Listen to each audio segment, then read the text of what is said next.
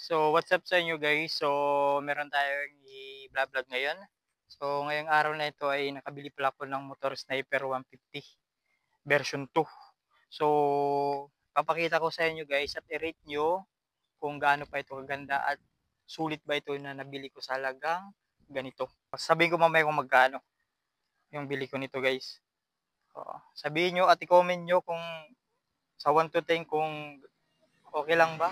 Kung okay lang ba yung nabili kong motor, Sniper 150 version 2. So, papakita ko sa inyo guys. Let's go. Ito pala guys, yung nabili nating Sniper version 2, 150. So, comment nyo guys kung sulit na sulit pa to. 2019 model. So, matte black. Ay, hindi pala matte black. Matte green. Ayun. So, expire lang siya ng 7 months. At ito guys, so meron siyang lalagyan yung box dito. So medyo gasgas na siya. At yung gulong niya medyo iwan lang, medyo di na ata to okay. So ayun nga, naka shifter siya guys. So ayun no. At meron siyang auxiliary light, dalawa. Dito, meron siyang telescopic gas. At ito yung telescopic niya. Ito yung inner tube na nagkakaroon ng gas-gas.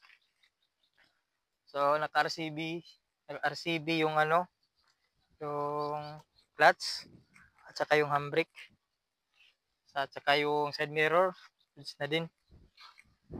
So yun nga guys, so i-rate ninyo kung sulit ba ito yung nabili ko. At yung tambutso niya guys, minodify niya na. Saka kunti na lang yung marami tayong papalitan dito. Sa tingin ko, tinanong ko yung may-ari, di pa ba ito nabuksan? Sa tingin ko hindi pa naman guys nabuksan yung makina nito. Kasi pag third owner na po ako ngayon guys.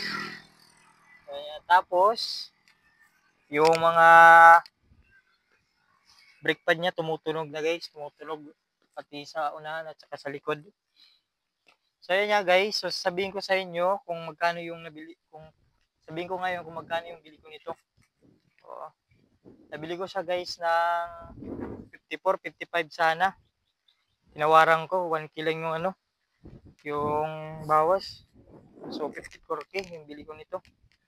So para sa inyo guys, sulit ba to na nabili ko? Sulit na sulit ba? At yung odo niya pala nito guys is nasa 131 odo. So comment nyo guys kung okay kung goods pa ito na nabili kong 54K. Kung di ba ako lugi dito. So ayun nga guys, comment nyo na lang. At huwag kayong mahiya. Mag-vlog pa tayo sa mga susunod para dito. Sige, bye-bye.